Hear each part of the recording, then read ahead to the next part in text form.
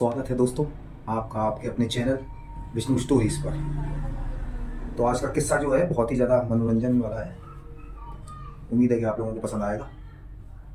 तो स्टार्ट करते हैं फिर आज की स्टोरी। रात हमारे मोहल्ले की लाइट चली गई, सब छत पर आकर बैठने लगे, मगर शगुन जो थी वो नीचे ही थी। मम्मी ने मुझे बोला कि जाओ उसे ले आ। मैं टॉर्च जलाकर उसको आवाज़ देता नीचे आया तो देखते ही मेरी हालत खराब हो गई।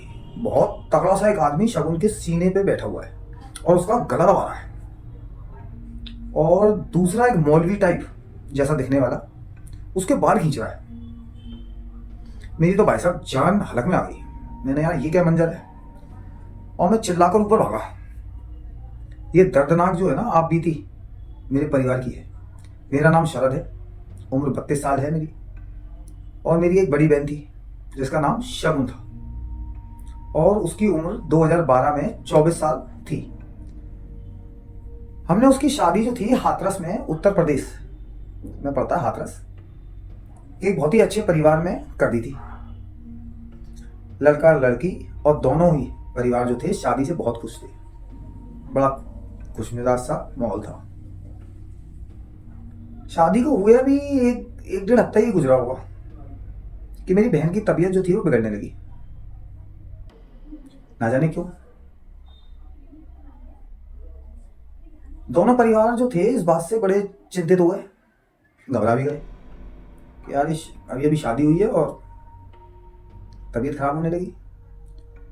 बहन के जो ससुराल वाले थे उन्होंने बहुत बड़े बड़े डॉक्टरों को भी दिखाया, उनके लिखे हुए सारे टेस्ट वेस्ट सब करवाए उन्होंने, मगर जो तबीयत थी वो ठीक नहीं हो रही थी, और ना ही कोई टेस्ट में कुछ ऐसा गलत आया। टेस्ट सारे के सारे नॉर्मल।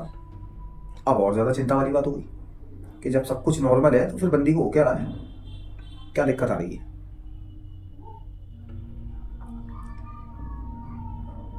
अब हमारी शगुन के जो ससुराल वाले थे उनकी चिंता बढ़ गई।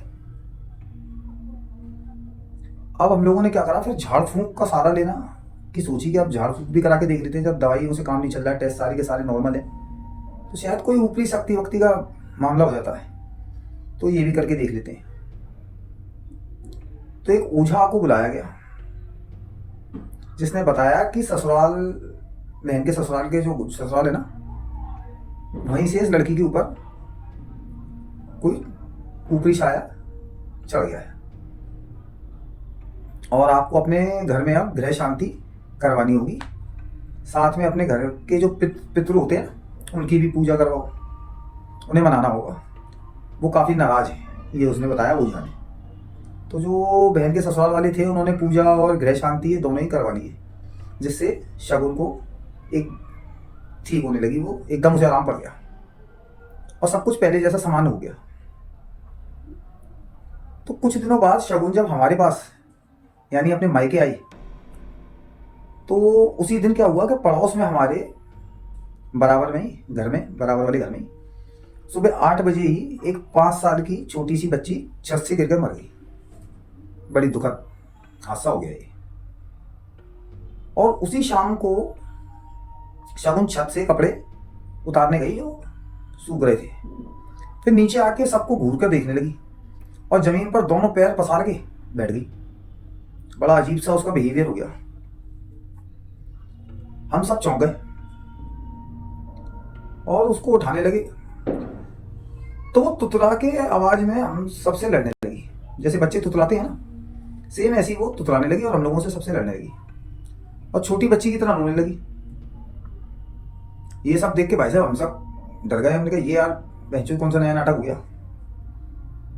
क्योंकि पड़ोस वाली बच्ची जो कुछ ही घंटे पहले जिसकी मृत्यु हो गई थी, गुजर गई थी, तो ऐसा लगा कि उसकी आत्मा तो नहीं घुस गई, शगुन में आ गई हो, क्योंकि वो भी तुतलाती थी और सबको ऐसे ही घूर के देखती थी और हमेशा जमीन पर बैठकर ही खेलती थी। अब भाई साहब हमारा दिमाग काम करना बंद कर गया। ऐसा कैसे हो सकता है, अब हमें क्या करना चाहिए। बस यही दोनों सवाल जो थे वो हमारे दिमाग में चल रहे थे। घूमे जा रहा है यही दो सवाल, क्या होगा, क्या क्या करना चाहिए, ये बार बार क्यों हो रहा है। बड़ी दुविधा में। घर से थोड़ी दूर गांव के पास मेरा एक दोस्त, पापा के जो दोस्त थे वो रहते थे। उन्हें बहुत सारी सिद्धियां प्राप्त थी, जिससे वो लोगों का इलाज विलाज भी करते थे। होते ना बहुत से गाँव में, झाड़ा फूकी करके ठीक कर देते, नजर उतारना, ये सब। उनका आज तक जो है इलाज वो गलत भी नहीं हुआ था, साबित कोई नहीं कर पाया था कि गलत करते, सबको ठीक कर देते थे वो। तो पापा ने मुझे उनके घर भेजा, बाइक पर जा जल्दी और उनको कहना कि मैंने बुलाया और उनको लेके आओ। और शगुन जो थी वो रोई जा रही थी। उसे चुप कराने के लिए घर वाले उसे चॉकलेट, केक, ये सब दे रहे थे। मैं जल्दी से बाइक पे भाई साहब गांव की तरफ निकला। उन अंकल के गांव में जाकर मैंने उनके घर से उनको जल्दी अपने घर से ले आने, और रास्ते में ही उनको सब कुछ बता दिया। लाने के लिए जैसे ही निकले तो मैंने रास्ते में उन्हें सब बता दिया, सारी बात। अंकल ने आते ही कुछ मिठाई, फल और एक अंडा, ये सब मिला मिलू के शगुन का उतारा किया। और फिर मुझसे बोले कि जाकर इस उतारे को घर के पास वाले जो सबसे बड़ा चौराहा है वहां रख आ। और जैसे अंकल ने कहा था कि कोई भी पीछे से कितनी भी आवाज दे, मुड़ के मत देखना, मैंने ऐसे ही किया जैसा उन्होंने अंकल जी ने कहा था, सेम अपन ने वैसे ही किया। और बड़ी चमत्कारी रूप से शगुन ठीक भी हो गई और खाना खा के सो गई, बिल्कुल नॉर्मल हो गई। तो अचंभा होता है ना कि अचानक ये कैसे हो सकता है। अब मेडिकल साइंस की दुनिया में अगर कुछ ऐसा होता है तो बड़ा ताज्जुब लगता है कि यार ये ऐसा भी होता है। खैर चलिए, अगले दिन मैं और पापा अंकल के घर गए और शगुन के बारे में पूरी चीजों के बारे में उनसे हम लोगों ने खबर ली कि ऐसा क्यों हो रहा है, उसके साथ क्या है, क्या है, कारण जानने के लिए अंकल ने से बात करने लगे। अंकल ने बताया, मैंने सुना तो था मगर देखा पहली बार ही है, आपकी बेटी शगुन का मीठा खून है। फिर पापा ने अंकल से इसका पक्का इलाज करने को कहा। इसके जवाब में अंकल ने कहा कि मैं कोशिश कर सकता हूं मगर वादा नहीं करता। अगले दिन आकर अंकल ने शगुन को एक मंत्र पढ़ा उसके ऊपर और काला धागा पहना दिया और कहा कि बिटिया इसको कभी उतारना मत, तेरे साथ एक काला धागा हमेशा रहना चाहिए, इससे तेरे शरीर की सुरक्षा रहेगी और कोई भी बुरी शक्ति तेरा कुछ नहीं बिगाड़ पाएगी। लेकिन इसको किसी भी हालत में उतारना नहीं है, शरीर से अलग नहीं करना है, ये उन्होंने हिदायत दी। शगुन 2 दिन बाद अपने ससुराल चली गई। वहां जाकर उसने सब बता दिया कि क्या क्या हुआ उसके साथ मायके में, और सब ठीक भी चल रहा था। एक दिन उसने देखा कि वो काला धागा टूटकर या फिर खुलकर कहीं गिर गया। इस बात को शगुन ने बहुत ही गंभीरता से नहीं लिया, हल्के में ले गई कि कोई बात नहीं, गिर गया तो कोई बात नहीं। उसने सोचा कि मायके जाऊंगी तो फिर दोबारा बनवा लूंगी, क्या दिक्कत है, दोबारा से अंकल से बोल दूंगी, वो बना देंगे और मैं उसे फिर से पहन लूंगी। तो एक दिन शगुन और जीजा जी जो थे एक रात मेला देखकर घर लौट रहे थे। घर आते ही शगुन को जो है तेज सर में दर्द होने लगा और उसको उल्टी भी होने लगी, रुकी नहीं रही थी, धे उल्टी। जीजा जी उसको लेकर जल्दी से हॉस्पिटल गए। जाते ही डॉक्टरों ने उसे इमरजेंसी में एडमिट कर दिया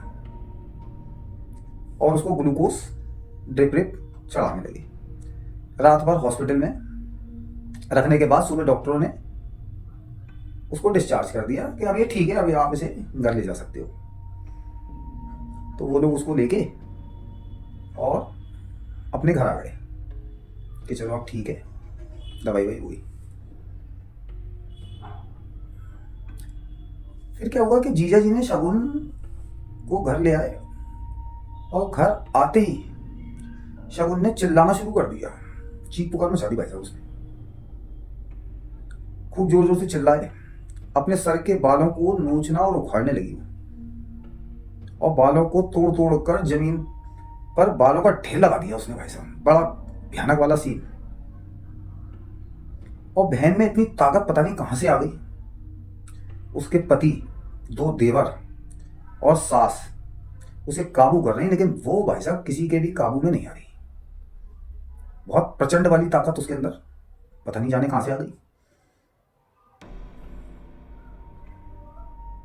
और कोई भी उसके हाथों को नहीं रोक पा रहा था और वो अपने बालों को नोच नोच कर जमीन पर फेंक देती। कभी ये अपने चेहरे पर नखून से घाव बना देती जख्म। बड़ी भाई साहब दुविधा। और ऐसा करने से एक भयानक सा जो दृश्य वहां बन गया था, उसके चेहरे से काफी खून बह रहा था और घर के पूरे फर्श पे शगुन के उखड़े हुए बाल फैल गए। बड़ा भयानक सा सीन हो गया। ऐसा करते हुए उसे पूरा 1 घंटे से ज्यादा हो चुका था। उसके ससुर जी ने पहले वाले जो ओझा को बुलाया कि उन्होंने उसकी करवाया था ना, उसको बुलवाया, मगर इस बार ये बोलकर चला गया, वो आया तो सही, कि ये मेरे बस की बात नहीं है। आप जो है अपनी बहू को किसी और को दिखाइए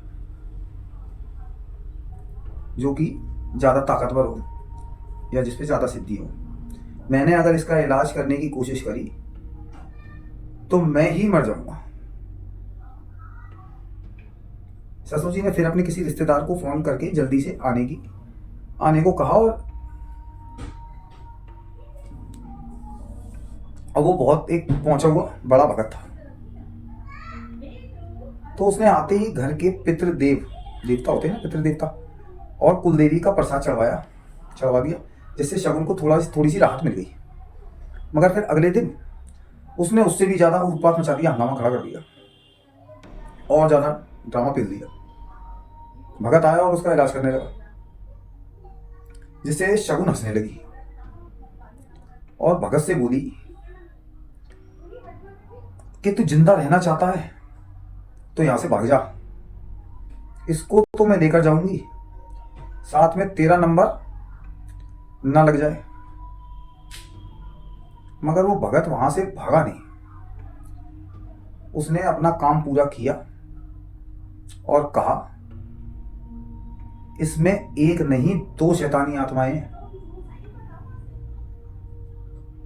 ये सुन के भाई साहब जमीन खिसक गई पैरों के नीचे से। एक तो बुढ़ा मौलवी है, दूसरा एक जिन है, दोनों मिलकर इसको ले जाना चाहते हैं। यह सुनकर शगुन के ससुराल वालों की जो हालत हुई है ना, वो एकदम सहम गए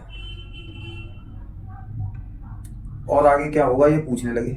तब भगत ने कहा, मैं कल एक साधना करूंगा, अगर उससे आराम आ गया तो ठीक, वरना मैं इलाज नहीं कर पाऊंगा। शगुन को उस रात तो पूरी आराम तो नहीं आया, मगर यह है कि उस भगत ने उसको उस रात के लिए शांत कर दिया। वो उस रात थोड़ी शांत रही। आराम तो खैर उसे नहीं मिल पाया ज्यादा। उसने हुदम दंगा, चीख पुकार, है ना, बाल उखाड़ा उखूड़ी तो उसने नहीं करी। शांति से वो सो गई। फिर क्या होता है कि 2 दिन बाद उस भगत ने हाथ जोड़कर माफी मांग ली और बोला कि ये बात मेरे बस से बाहर है और अगर मैं फिर भी ये इलाज करता हूं तो मेरे परिवार पे भी ये चीजें हमला कर सकती हैं। और इतना कहकर वो भगत अपने घर चला गया। फिर मेरे पिताजी ने, जो अंकल थे ना जिन्होंने शगुन का इलाज किया था हमारे घर पे आके, उनको बुलवाया उसके ससुराल में। वो आए, उन्होंने कहा ठीक है मैं कोशिश करूंगा, और उन्होंने वहां पे कुछ मंत्र भी पढ़े और सिद्धि विद्धि करी। लेकिन अफसोस की बात यह है कि 2 दिन बाद अंकल का बहुत भयानक एक ट्रक से एक्सीडेंट हुआ और ट्रक उन्हें कुचलता हुआ चला गया। उनका चेहरा भी पहचानने लायक नहीं रहा, वो खत्म हो गए। और नेट उसके 1 हफ्ते बाद शगुन जो थी मेरी बहन, उसकी भी आकस्मक मौत हो गई। तो ये था एक छोटा सा किस्सा। उम्मीद है कि आपको पसंद आया होगा। Thank you.